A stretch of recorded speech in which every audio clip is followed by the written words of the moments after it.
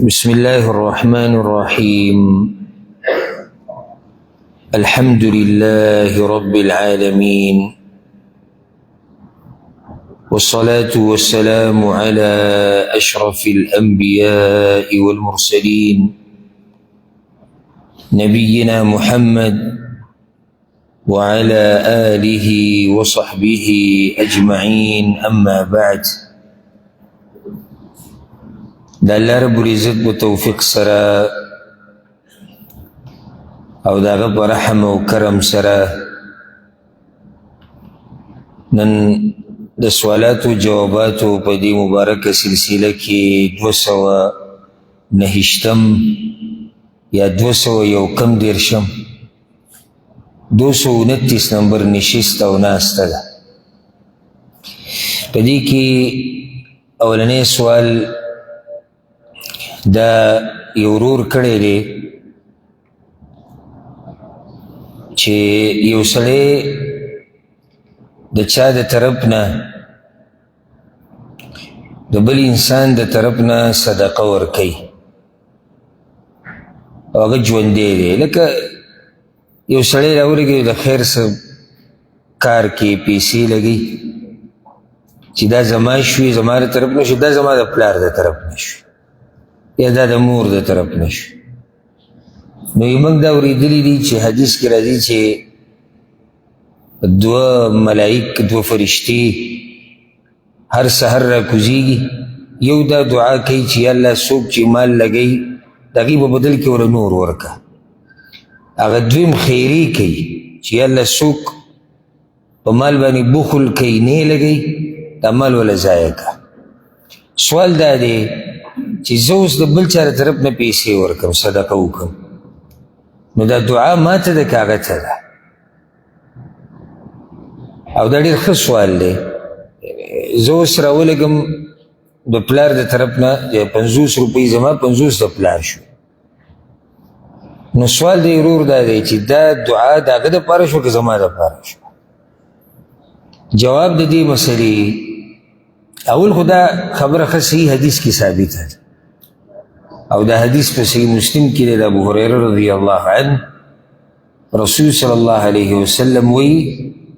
ما من یوم یصبح العباد فیه الا ملکان ینزلان. هر سحر دو ملائک، دو فرشتي هغه راکوزیږي، یو دا وی چې اللهم اعط منفقا خلفه، یا الله څوک چې خرچه کوي ستا په لار کې لګوي نو هغه له د هغې بدله ورکه. هغه بل وی اللهم اعط ممسکا تلفه، او چې څوک بخل کوي نه یې لګوي دا مال وله ضایع که. دا خو صحیح حدیث کې ثابت دی، او د دې حدیث نه دا خبره واضحه ده چې دې کې ویلي اللهم اعط منفقا خلفه، او منفق په عربۍ کې هغه چاته وایي چې هغه مال په خپله لګوي. هر چې هغه دی چې هغه مال نه دی لګولی نو د هغه نه څه تلي نه دي، د هغه نه څه تلي نه دي چې موږ دا ووایو چې د دپاره دعا وغوښتی شو چې الله د دې په بدل کې وله نور څه ورکړه. د څه په بدل کې وله ورکړه؟ څه تلي نه دي د هغه نه. د چا چې پیسې لګولي دي نو د هغه نه خو څه تلي دي، نو ځکه دا ملائک د هغه دپاره دعا غواړي چې الله د دې په بدل کې وله نور څه ورکړه. خو چې ته د چا د طرف نه ورکړې هم تا ورکړي دي. ظاهر د حدیث دا دی والله اعلم، یا الله عوض وله ورکړه. نو عوض خو هله انسان ته ورکړی کېږي چې د هغه نه څه لګېدلي او د ده نه څه لګېدلي نه دي، نو یا الله عوض وله ورکړه. ښه عوض څه دی؟ اجر وله ورکه، د دې په بدل کې وله نور مال ورکه، د دې په بدل کې وله په دنیا او په آخرت کې نور نعمتونه ورکه. بعض علما وایي دا هم په عوض کې راځي، د دې په بدل کې کیدی شي الله ته څه مصیبت او امتحان او سخته لري کي، دا هم بدل دی. خو بیا موږ دا وایو د جواب په آخره کې چې د رب العالمین رحم او کرم پراخه دی. موږ داسې نشو کولی چې د الله رحم هغه او د الله فضل په چا باندې بند کړو. یا د الله فضل محدود کو یا د الله رحم او کرم محدود کو نه نو موږ دا وایو چې کیدی شي د الله رحم پراخه دی دا د چا د طرف نه چې پیسې ورکړی شوي دي دی به هم په دې فضل کیږي او الله به په رحم کوي خو دومره دی چې ظاهر د حدیث ته ګورو نو د حدیث نه دا واضح دی چې دا دعا د چا دپاره ده څوک چې مال ورکوي ځکه چې د ده نه څه لګېدلي دي والله اعلم. ښه دا ورور سوال کړی دی او دا ډېر ښایسته سوال دی ما ته ښکاري چې یو پیر دوه عامو درسونو کې ما د دې مسلې جواب کړی هغه سوال دا دی چې اذکارو په درسونو کې موږ دا حدیث اورېدلی استاسو نه چې څوک د شپې راپاسي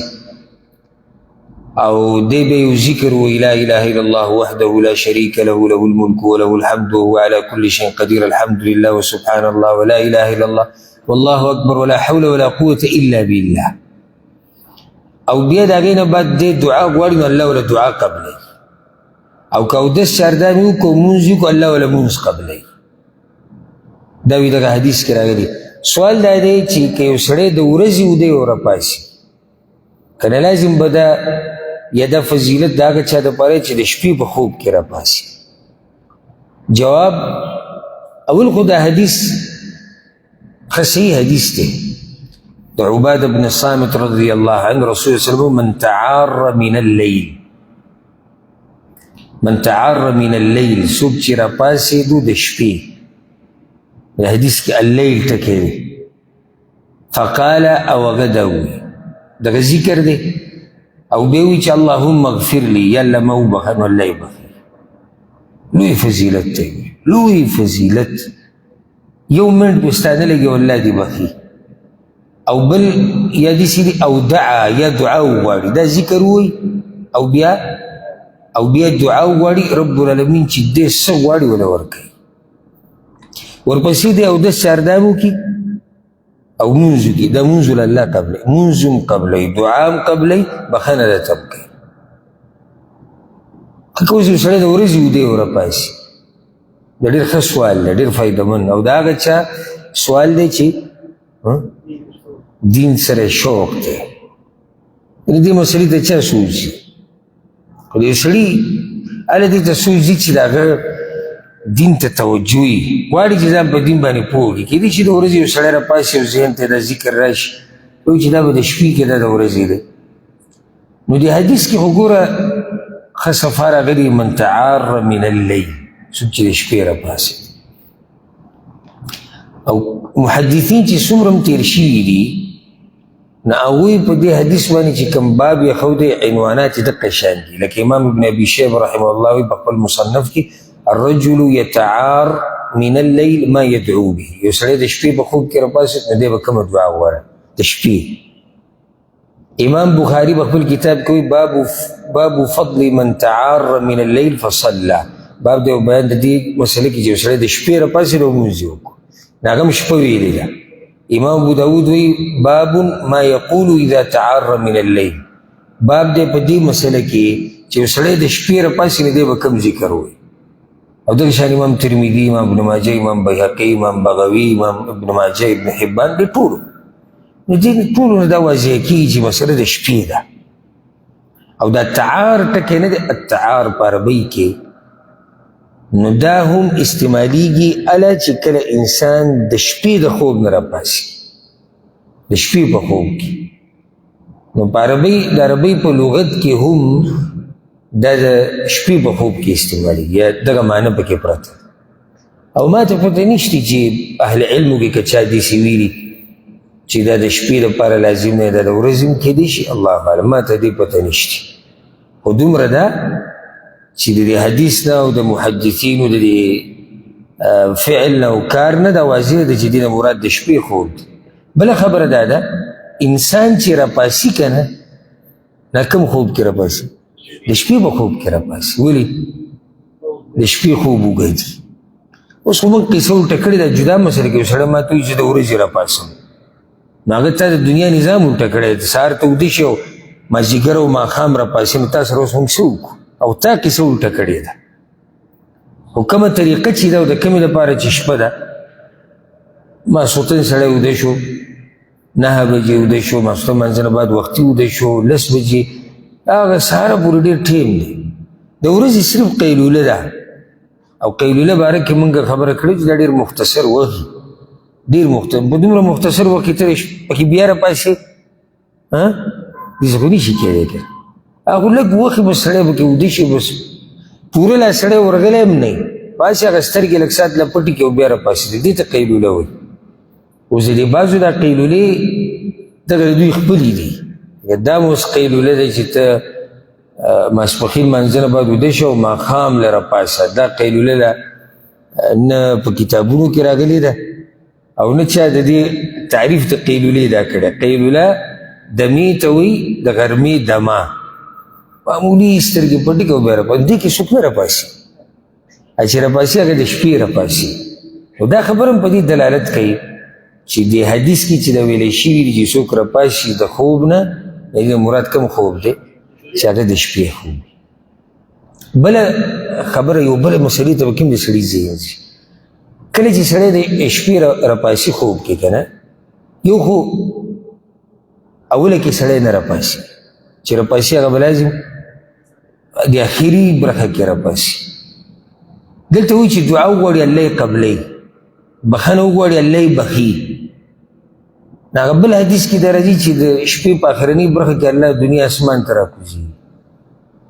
او دا وایي که څوک زما نه څه غواړي زه یې وله ورکوم دلته رسول سلم وایي که دی څه وغواړي الله یې وله ورکوي خیر د دې نقطې ته نو د دې نه هم دا خبره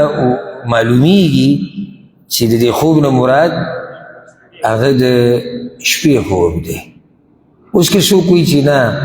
د ورځې دا خوب پکې دغه کا او د ورځې خوب د هغې دپاره به مستقل دلیل پکار دی او الله قرآن کې وایي یا ایها الذین آمنوا لا تقدموا بین یدی الله ورسوله ای ایمان والو د الله او د الله د رسول نه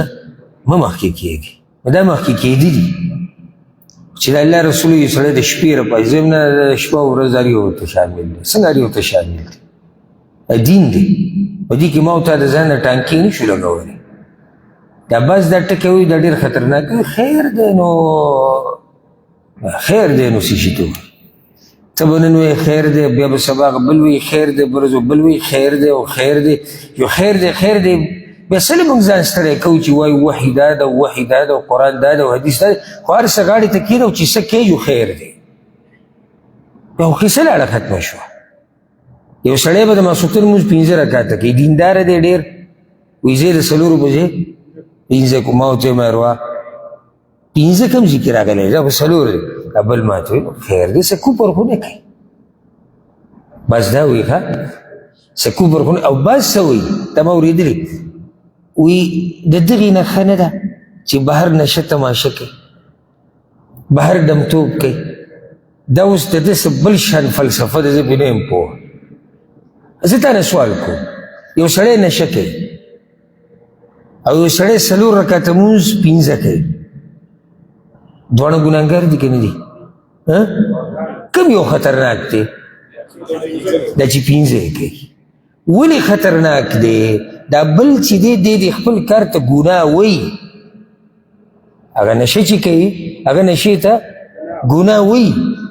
دی ګوره د خپل ګناه ته ګناه نه وایي د دې ته دینداري وایي د دې دا مسله ډېره خطرناکه ده بل هغه دومره نه خطرناکه هغه په خپله هم مني او موږ ورته هم وایو چې روا د ته د ګناه کار کوې نو هغه هم موږ ته وایي بس دعا کوو چې الله ربه رحم وکړي خو که ده ته م وایي چې ته د ګناه کار کوې نو دا به راته وایي چې ته دعا کوه چې الله ربه رحم وکړي جګړه را سره کوي زه دینداري کوم او ته چې دی ما پورې نښتی ځکه دغه مبارک کې راځي د سعید بن المسیب چې مشهور امام و هغه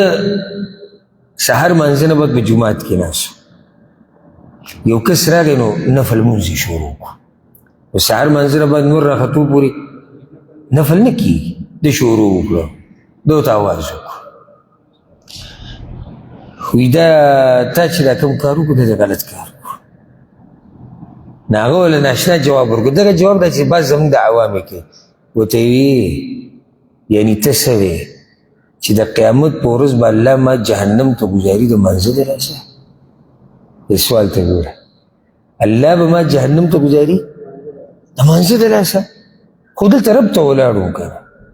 ما خو نور څه نه دي کړي هغه ورته نه د مانځه د لاسه به دې جهنم ته نه بوځي جهنم ته به دې بوځي په دې چې د پیغمبر د طریقې خلاف دې کړی دی مسله دا ده په دې به دې جهنم ته بوځي تا په مانځه باندې جهنم ته نه بوځي نو اوس به یو سړی دا وایي چې ګوره دومره دې مسله سخته کړه د شپې راپاسې وکړه د خیر دی څنګه دا خو دین دی حدیث کې مسله راغلی پیغمبر ویلي موږ به حق وایو نه ترې مخکې کېږو نه به چې شاته کېږو والله اعلم ښه دا یې ورور سوال کړی دی وایي زمونږ یو خپل عمرې له روان دی او هغه ته د هرني یا فتق چې ورته په عربۍ کې وایي د هغې هغه بیماري ده سرمن چې شتېدلي او سزا یې پکې راوتی وایي د هغې لپاره هغه پټ اچوي خېټې ته دا به د احرام په منځ کې جایز وي او که د احرام په دوران کې الجواب بار بار زه دا ټک تاسو ته در کومه چې دین یوازې دا نه چې لنډي صورتونه دي یاد کړي یا ته یو دوه خبرې د دین دي زده کړي بس ټول لارېږه چې دا داسې سړی دی تپوس یې مه کوه دین کې ډېرې غټې مسلې دي او کله سړی حیران شي انسان حیران شي چې د دې مسلې به څه جواب حق حیران ودرې او د غټ صحابه کرام د دوی د تاریخ چې راولی او سیرت نو وخت په وخت ورته داسې مسلې راغلي دي چې هغوی پکې غلي شوي دي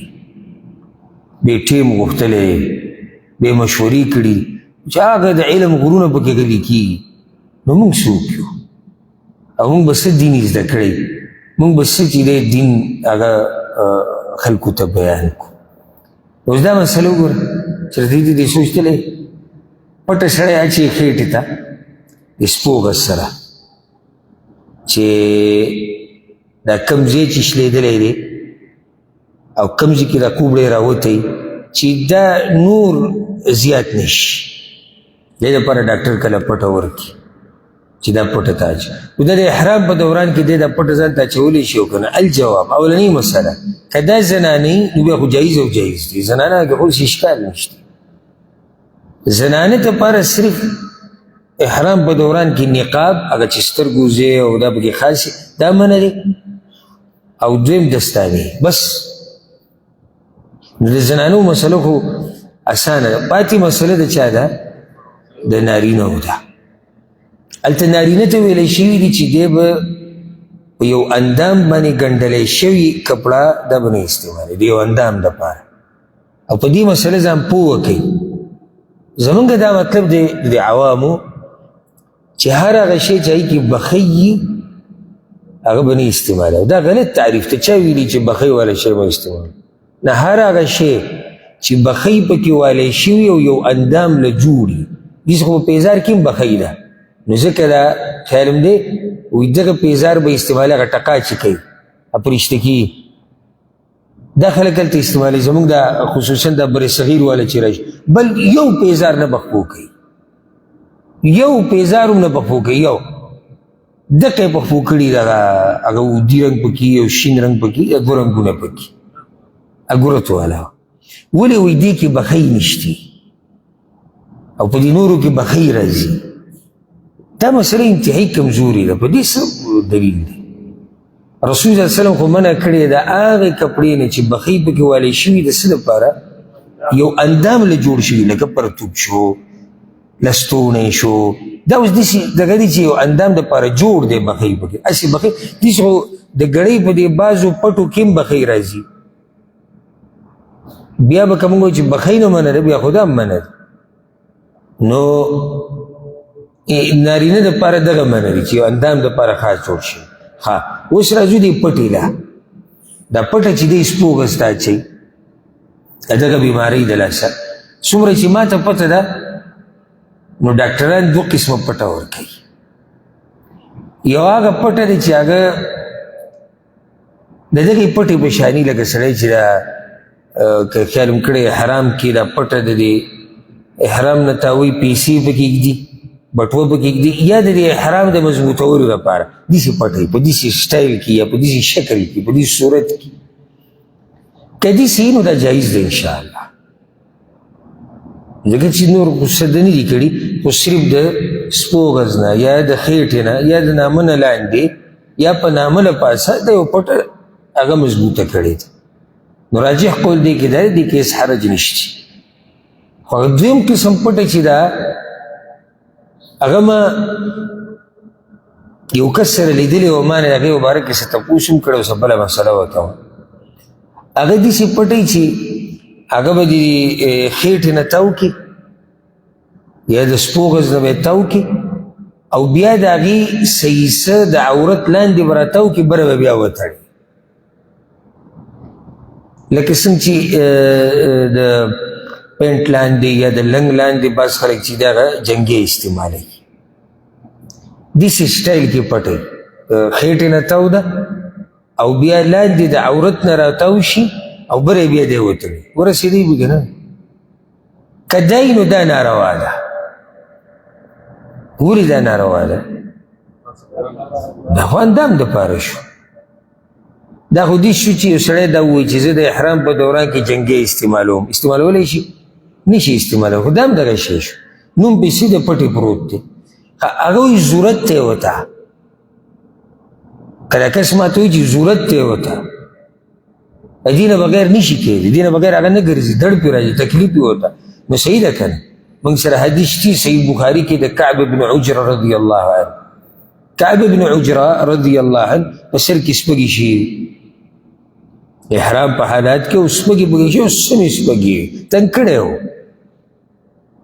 رسول سلم ته خپله ویلي سر کې څه تنګ کړی و یا رسوله ډېرې تنګ کړی هغه ورته دا ویښته لرې که دا ویښته لرې که یا 3 ورځې روجې ونیسه بیا یا شپږو غریبانو له خوراک ورکه یا ګډه لال که قرباني وکړه دریو کې چې ته کوم کار اسانه و فدیه ورکه کار وکړه فدیه ورکه ضرورت دی دی صحیح ده ویې که فدیه ورکه اوس یو سړی وایي چې دې پټې ته زما ضرورت دی هغه پټه چې هغه د جنګي په شکل کې ده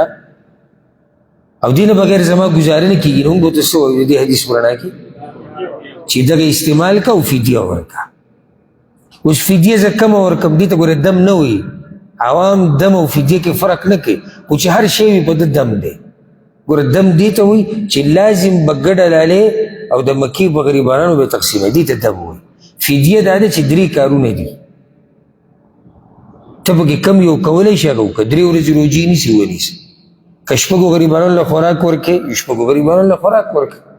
وایي نه چې ګډه لالوم اوس ورسي د ګډه لال کې د مکې په غریبانو تقسیم چې کم یو د تعساني په دې 3 کې هغه کولی شي والله اعلم خجی دا یو ورور سوال کړی دی او ډېر عجیبه سوال دی وایي زه وایم چې ما په پیسو باندې څه ډګریانې واغستې او په واسطې سره او کار پې نه کوم لکه دا ډګري داسې نه استعمالوم چې کار پې کومه یا کومه علمي کومه رتبه چې په یو کاغذ کې لیکلی شوي هغه زه د کار دپاره نه استعمالوم یا هسې مثال بله زه درکړم لکه ډاکټري خو لکه ډاکټري کومه نه داسې انجینري غټه ډګري چې هغه نهر اوښې نشي وړی خو انجینري کومه نه د علم غټ سند خو علم چاته خیمه نه وی دا راغلم دا ولې راغلی وی بس هسې لکه چې یو سړي شوق یي چې اوس ویلی شي چې پلانې شیخ فضیلت الشیخ پلانې ډاکټر صاحب پلانې انجینیر صاحب نو دا به جایز دی که زه پې کار نه کوم بیا دی وایي زه پې کار نه کوم هسې لکه زه ستا بیټک ته ننوتم او دا دغه دي ښودي دي په دې المارو کې او دا پلانې شی دی او دا پلانې شی دی دا ډاکټر صاحب دی او دا انجینیر دی او دا پلانې او دا ټول دروغ کېږي زموږ په ملکونو کې هر څه کېږي دا ډګري اخیسته هېڅ ګران کار نه دی یا پیسې یا واسطه او کور کې به په لږ ساعت کې دا ډیګري تا سره به کور کې نو بیا به جایز یې وکړه معنی ده چې دا خبره خو ده منلې ده چې ډیګري دې د دروغو واخیسته دې دپاره چې زه په مخکې دغه کار کوم نو دا څه ده دا ناروا دا خو واضح اشکال دې بله کې دی هسې الماري پې ښایسته کوم یا که خیال هم کړی دا عربۍ کې چې دی کله سړی پی ایچ ډي وکړي که هغه پی ایچ ډي ته دیني علومو کې کوي او که ته دنیوي کې کوي د نوم نه مخکې دال لګولی بیا نه دال اختصار د څه شي دی دکتور پی ایچ ډي چې وکړي د دکتور ویلی کې دا موږ دکتور خاص کړی دی دغه پورې طبي دغه پورې نور دکتوره دلته په عربۍ کې مطلب پی ایچ ډي نو د دې یو نیم سړي دا خوښوي لکه مثال کې د یو کس نوم خالد دی چې دا دال ورسره لګېدلی دکتور خالد یا په انګلیش کې ورسره ډي آر بیا به ته د ډي آر والا د ده په کچه ټیشن بیا بریک لګي لکه چې نوم سره دغه شی لګېدلی دا به جایز یو که نه الجواب یو کس چې په دوکو دړاکو سره په پیسو سره او په دروغو سره شهادي او ډیګریانې رایلي چې ځان ښایسته کي په معاشره کې او خلک یې صفت کوي دا ناروا دي اگر که دی پې کار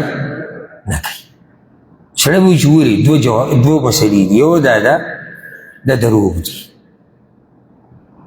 ته خو به دا وایې که نه چې ما ویلي دي صحیح ته پې کار نه کوي خو دا خو به وایې که نه چې زه درته وایم چې ډاکټر صاحب تاسو سبق کوم ځای کې ویلی دی ته ماله څه جواب راکړې نه څه خو به وایې که نه چې زه پلاني ملک ته تللی وم ما دا کړي و ما دا کو ډیګري دا دروغ نه دي دروغ دي که نه او الله د دروغو نه منع کړې ده واجتنبوا قول الزور ها دویم هغه سره ښکاره کول دي چې څه تا سره دي نه هغه سره ښکاره کول دي د دین شریعت منع کړی ډېر خوندور حدیث دی کېدای شي تاسو اول پرې راوړئ صحیح بخاري صحیح مسلم کې دی اسماء رضی الله عنها وی یو زنانه په پیغمبر صلی الله علیه وسلم پسې راغله وی یا رسول الله ان لی ضره زما بنده موږ دوه بني یو کور کې خاوند مې دوه ښځې دي یو زه یم یو بله ده فهل علي جناح ان تشبعت من زوجي غير الذي يعطيني اوس په ما به څه ګناه وي چې زه د هغه څه نه زیاته راښکاره کوم کوم چې خاوند ماله راکوي دې بنې ته چې هسې دا پې سوځي او دغه دا ښځې کوي اجو پرون راغی او جو زر غالی راغوزار کړو چې دا واله ستا شو یا پرونې ما ته ووایي چې که ته نه وې جو هېڅ به نه و او دا بله خو چې ما هسې راوستې ده بس پساو شوی یم کار دی شوی دی او جو ما ته ووایي چې دغه سره چې دی جو خپلې مور له ورکوه دغه دې پلار له ورکوه دا قسمه خبرې څومره ښایسته سوال یې کړی چې دا به جایز وي که نه رسول صلی الله علیه وسلم نه نه دی جایز هغه انسان المتشبع بما لم يعطى هغه انسان چې ځان داسې ښیي یو نعمت داسې راښکاره کول غواړي چې ده سره دی نه کلابسي ثوبی زور لکه ده چې د دروغو لباس اچولی نو دا دروغ دي که نه او ځکه امام بخاري په دې باندې باب تړلی باب المتشبع بما لم ینل باب دې په بیان د هغه چا کې چې یو شی ورسره شتي نه او خلکو ته یې راښکاره کوي چې ما سره دا دي او ما سره دا دي او ما دې کې ګورې هغه نارینه هم دننه راغی چې د دروغو کیسې کوي او یو بس زمونږ جو جیداد او دا لاس به داسې تاو کړي د خپل کور هم نه اکثر کرایي کور کې نه شي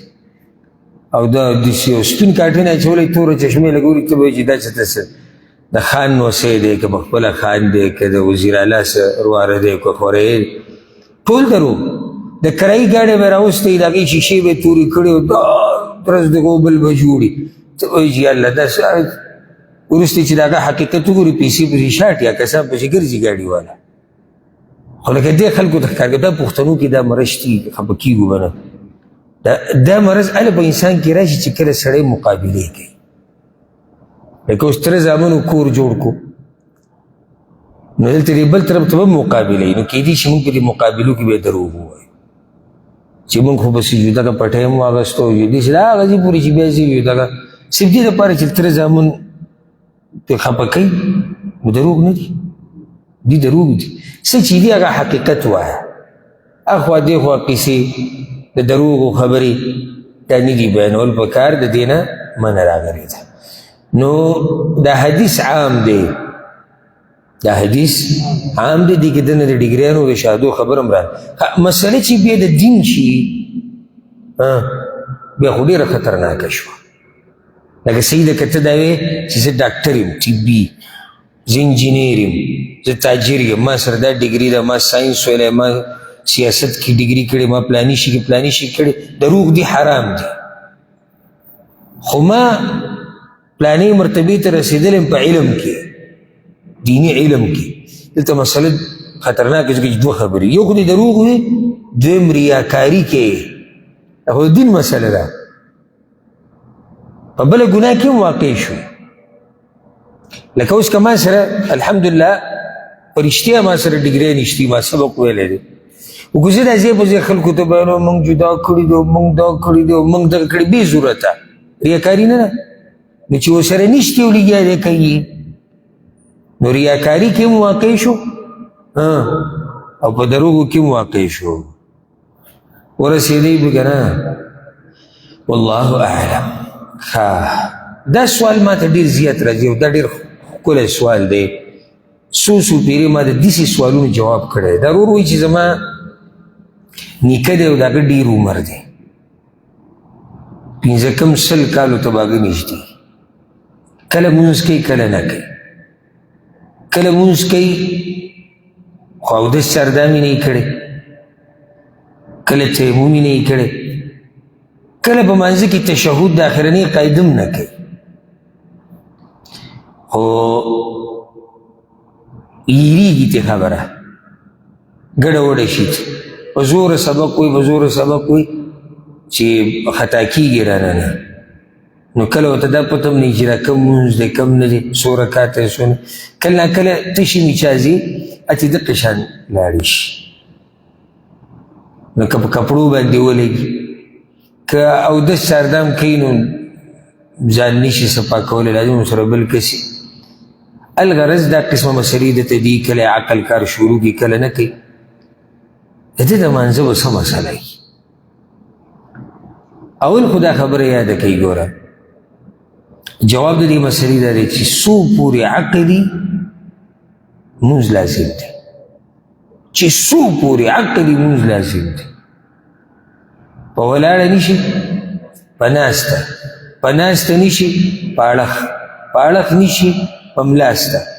بلکل څه حرکت نشتی د زړه په ارادې او په نیت سره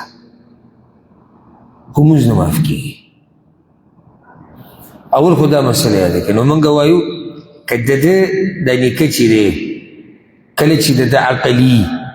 او دی برابري نو په ده لازم دي چې دی به مونځ کوي څنګه به کوي هغه اوس د ده حالاتو ته کته غواړي د هغې زه تفصیل نشم ویلی ځکه چې ما ته پته نشته هغه به دې څنګه کوي څنګه نه کوي هغه فاتقوا الله ما استطعتم الله وایي زما نه دومره ویرېږي څومره چې ستاسو وس او طاقت وي دا چې د څومره وس او طاقت وي دغه شان که اودس چاردام په خپله کولی شي په خپله به کوي که په خپله نشي کولی بل څوک دې وله وکړي که دغه هم نشي کولی تیمم به کوي او دا قسمه خو لازم به کوي کپړې به صفا ساتي خو که چېرته د ده په عقل کې خلل راشي او د هغې د لاسه دی نه پوهېږي نه طهارت پیژني نه نجاست پیژني نه مونځونه پیژني نه پوره کولی شي نو دی مکلف نه دی دا یاده کوي دا مسله الله دنه تپوس نه کوي حدیث کې راځي رسول الله صلی الله علیه وسلم امام ابو داود امام ترمذي راوړی دی رفع القلم عن ثلاثه د درې قسمه خلکو نه الله قلم اوچت کړی دی النائم حتى يستيقظ وده رپاسیدو پوری وعن الصبي حتى يحتلم او ماشوم ده بلوغ پوری وعن المجنون حتى يعقل ولیونه عقل دراتلو پوری سړی وجدي کې خو دې باس نشته یو حدیث کې داسې راځي خصي سند سره دی او زیاتی به کې رسول صلی الله علیه وسلم ذکر کوي والخرف او خرف په عربي کې څه ته وایي د عمر د ډیروالي د لاسه د عقل ګډوډ کېده نو ټول څو شو چې قلم ته اوچت دی څو دي څلور ماشوم او د لیونۍ او د عمر د ډیروالي د لاسه چې عقل ګډوډ شي نو دوی نه قلم اوچت موږ دې ورور ته دا وایو چې کله هغه په منځ نه پوهېږي ورته پته نه لګي چې څه کول غواړي څه کول نه غواړي څو رکاته دي څو نه دي نو په ده باندې مونځ نشتي او ستړی کوي مه هسې بعض خلک د خپل مشران هسې ستړي کوي لکه ستړی کول د داسې مشر ستړي کول نه دي پکار چې کله تا ته پته ولګېده چې د ده عقل اوس صحیح نه دی پوره کار نه کوي په زور به یې په مانځه ودرولی دی به ورته د لرې نه وایي اوس کته شه رکوع ته اوس لاړ شه سجدې له اوس په زوره مونځ وایه اوس داسې کوه اوس داسې کوه دې ته هېڅ ضرورت نشته داسې تنګول دي دا الله د هغه نه دې تپوس نه کوي الله چې موږ رانیسي خو په دې عقل موږ رانیسي چې عقل نشته نو الله تا په څه رانیسي اسی یو فایده به ته ذکر کوم دغه حدیث کې هغه اولني حدیث کې درې دی لیونی تر څو چې عقل یې راشي دی په دې لیونو کې حسابي که نه حسابي نو بیا دې بل حدیث کې ورسره دا خرف ولې زیاتي ذکر شوی دی بیا خو دغه لیونتوب باندې به اکتفا شوی و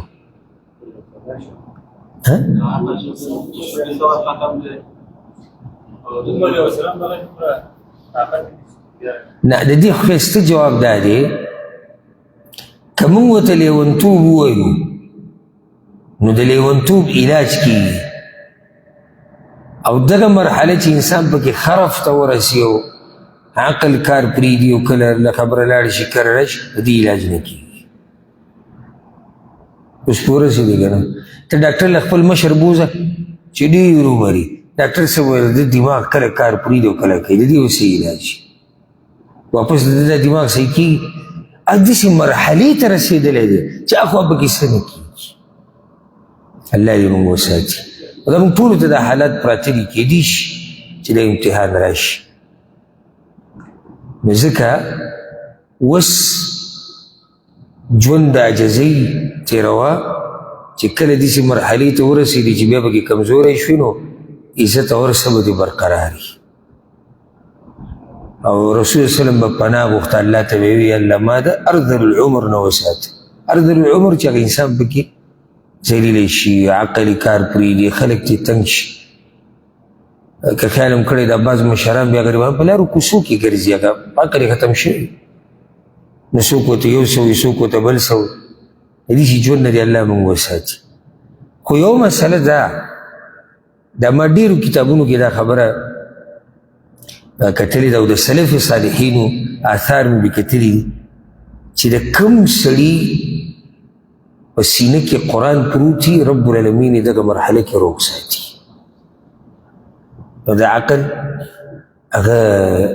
نه ګډوډ کېږي یعنې بعض علما ما چې په خپله سبق ویلی دی لکه د هغوی عمرونه په هغه وخت کې اوس وفات شوي دي الله دې وبخي ما چې ورسره سبق وي زموږ یو استاد و ما د هغه نه د قرائاتو دا علم وی د هغه عمر 98 کال و 98 او هر څه د داسې یاد و چې زه به ورته پخپله حیران شو په هغه وخت عمر زما ښه کم او زما نه به پکې غلطیانې راتلې هغه نه به غلطي نه راتله دا برکت د قرآن او د علم وي ځکه ګوره کوم سړی چې دیندار او علم ورسره وي ده ته وګوره په بوډاوالي کې او عام کس ته وګوره چې هغه بوډا شوي دي دواړو کې به تا ته فرق ښکاري شي دوی کې څه فرق نو الله دې زموږ په حال باندې رحم وکړي او الله دې موږ د امتحانونو نه وساتي ښه دا یو ورور سوال کړی دی او دا مسله نن سبا ډېره اوچتېږي لږې په سوشل میډیا باندې و یو کس را پورې نښتی دی او راته وایي چې تاسو دا وایي چې قبر عذاب کته او قبر عذاب بره او قبر کې به دا یو دغه په قرآن کې د قبر عذاب کوم ځای کې دی؟ دا کوم مسله د پرون ما خبره ذکر کړې وګوره اوس دا مسله راوتې ده خلک څه وایي هر څه به د څه نه کوي په قرآن کې دا کوم ځای قرآن کې دا کوم ځای قرآن کې دا کوم ځای نور هیڅ مطلب یې نشته اصل کې په دې سره ثابتوي چې حدیث منل لازم نه دي بیا به یې ورځ وایي چې قرآن منل لازم نه دي نو څه به کوو چې څه کوې کوه اصل کې قصه ټوله دې روانه ده ټوله قصه چې ده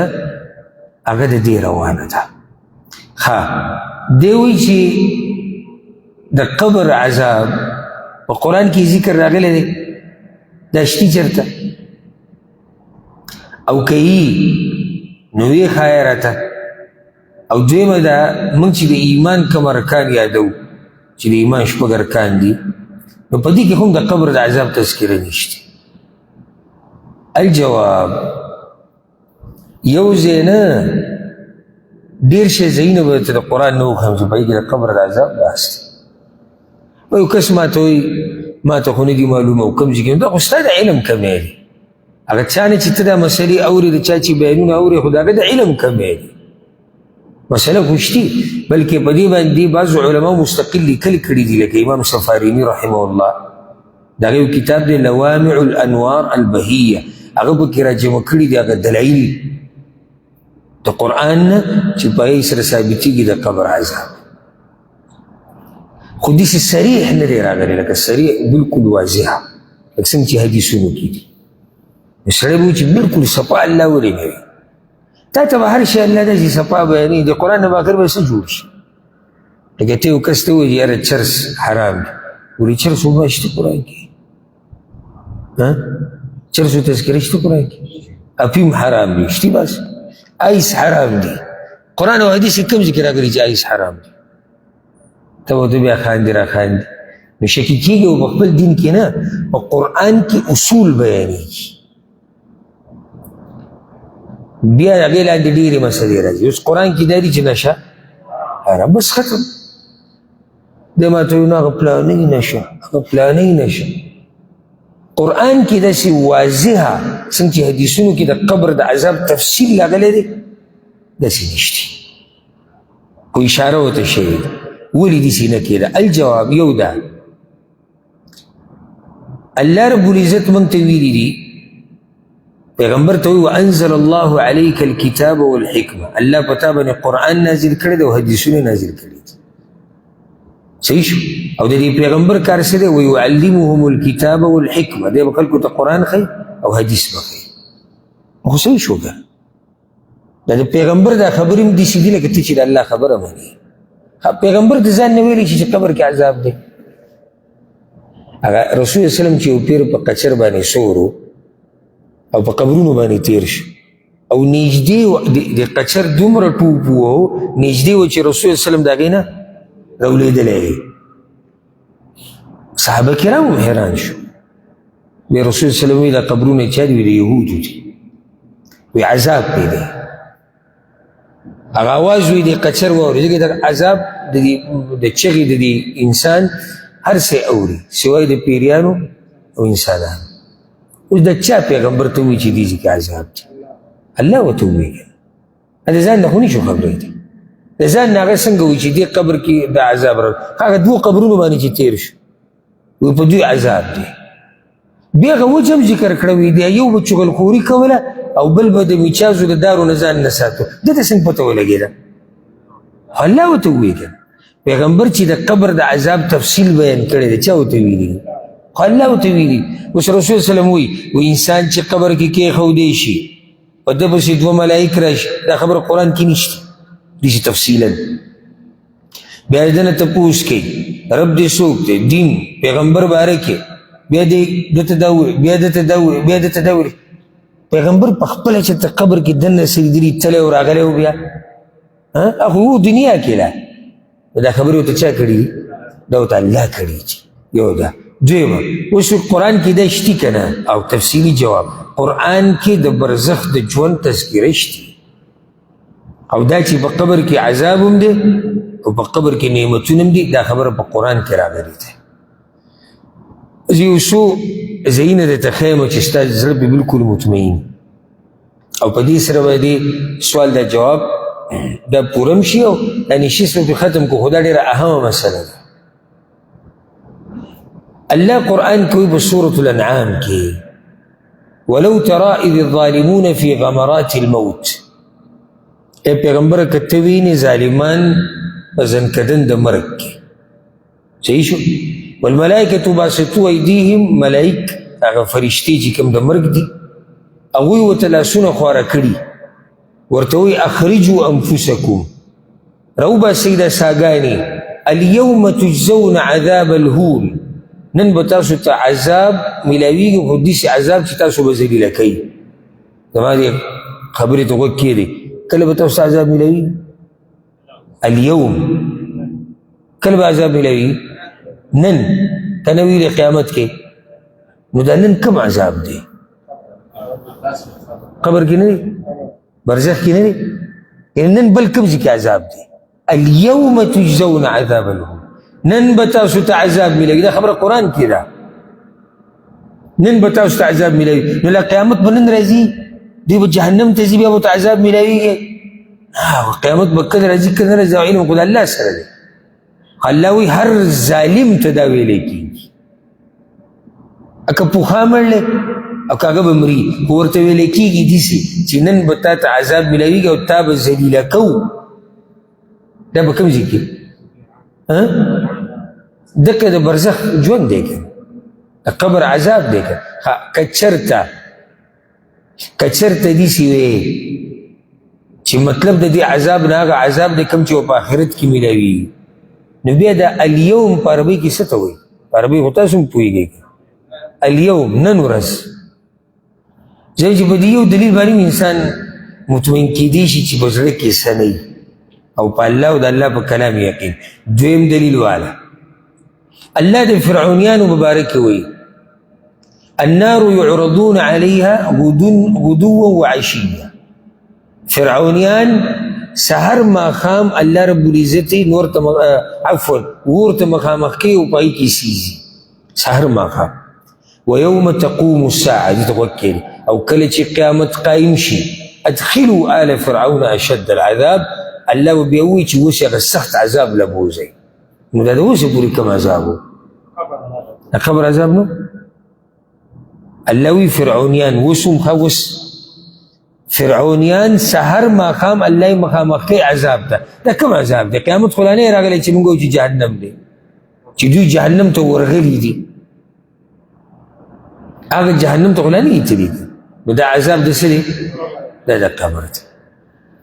حدیث کې راځي په صحیح بخاري کې دا حدیث دی. دریم دلیل والا وی رسول صلی الله علیه وسلم به دا دعا وکړه اللهم انی اعوذ بک من عذاب القبر. ابو سلمہ ته چې دا په حدیث کې دی. امام ترمذی حدیث راوړی، دا اوس را یاد کړه. دا موږ دریم دلیل کوزه. علي رضی الله عنه وی موږ ته د قبر د عذاب دا مسله داسې واضحه لا نه وه، موږ به پوره نه وو پوه. حتی نزلت الهاکم التکاثر حتی زرتم المقابر. دا صورت الله راولېږو چې د ډېروالي هرس تاسو غافله کړي تر دې چې لاړئ تاسو قبرونو ته. د قبرونو ته تله دغه ځای کې بیا عذاب دی او بیا نعمت دی. د علي رضی الله عنه د دې نه ثابته شو. عبدالله بن مسعود رضی الله عنه وی کله چې کافر مړ شي په قبر کې کېنولی شي، د هغه نه تپوسونه وشي، بیا پې قبر راتنګ شي، قبر پې راتنګ شي. نو قرآن کې چې الله وی فإن له معیشة ضنکا، دله به زه ژوند ورکړم تنګ. بیا یې نه مراد دا دی قبر تنګ کېدی. قرآن نه ثابت شو که نه؟ څلور دلیلونه شو. پنځم براء بن عازب رضی الله عنه وی الله وی چې عذابا دون ذلک، د دین علاوه د دوی لپاره بل عذاب دی. نو دین عذاب نه مراد د قبر عذاب دی. عبدالله بن عباس وی سورة السجده کې الله وی ولنذيقنهم من العذاب الادنى دون العذاب الاكبر. دا غټ عذاب نه مخکې الله وی زه به دې مجرمانو له وړوکي عذاب ورکوم. قال عذاب القبر، وړوکي عذاب نه مراد کوم یو دی؟ د قبر عذاب. الله قرآن کوي دا اوس داسې دلیل دی چې دې کې دا نعمتونه ثابتېږي. الذين تتوفاهم الملائکه طیبین، کم خلق چې پاک دي، پاک عقیده و پاک ژوند تیر کو مړه شو. الله وی کله چې دوی مړه کیږي کنه ملائک دوی ته وی سلام علیکم، سلام دی په تاسو، سلامتی دی، ادخلوا الجنة بما كنتم تعملون، جنت ته ننوځئ ستاسو د اعمالو د لاسه. دوی به جنت ته ننوځي داسې چې بدنونه به جنت ته ځي، نو دوی ته کوم جنت یادېږي؟ د برزخ نعمتونه، د قبر نعمتونه، ځکه چې هغې ته خو لا وخت شته چې دوی جنت ته ننوځي. آخرت کې جنت ته ننوځي او سره د بدن او د روح دوی د جنت نه مزې والي، هغې ته خو لا وخت شته. نو دې نه مراد هغه نعمتونه چې ده ته میلاویږي په کوم ځای کې؟ هغه په برزخ کې، په قبر کې. قرآن کې راځي سنعذبهم مرتين، دوی له موږ دوه پیرې عذاب ورکوو. علماء دوه پیرې عذاب نه مراد مفسرین وي یو د قبر عذاب دی، بل د آخرت عذاب شو، یا یو په دنیا کې عذاب شو، د آخرت نه مخکې دوه عذابه، یو په دنیا کې بل په قبر کې. د دې هم د قبر عذاب ثابت شو. الحمدلله د قبر عذاب قرآن کې د 8 ځایونو ثابتېږي، خو چې الله تعالی پوهه ورکړي. بله مسله دا چې یو سړی د اول نه د دغه پوخ عزم او ارادې چې زه د الله په کلام ځان پوه کوم او چون چران به پکې نه کوم، چې زمونږ مولوي صاحب دا وایي او سابق صاحب دا وایي او مفتي صاحب دا وایي او هغه دا وایي او دی دا وایي، چې دا خبرې په زړه کې نه وي، د دې په مسله باندې پوهېږي. چې دا خبرې دې کله ځان سره په زړه کې راوړې او ته کېناستې درس ته او بیان ته، نو تا ته هدایت نه میلاویږي، ځکه چې ته د اول نه راغلی د هدایت ته لټون په نیت باندې نه یې، ته ټیم پاسي له راغلی، ته هسې څه بل څه دې زړه کې وږې له راغلی، نو داسې انسان ته بیا هدایت نه میلاویږي. انشاءالله باقي چې کوم سوالات دي هغه به روان نشي، سته پرېږدو. الله رب العزت دې موږ ټول د قبر د عذاب نه وساتي. الله رب العزت دې کم چې مسلمانان مړه شوي دي الله یې د هغوی قبرونه د جنت باغچې وګرځي. هذا والله اعلم وصلى الله وسلم على نبينا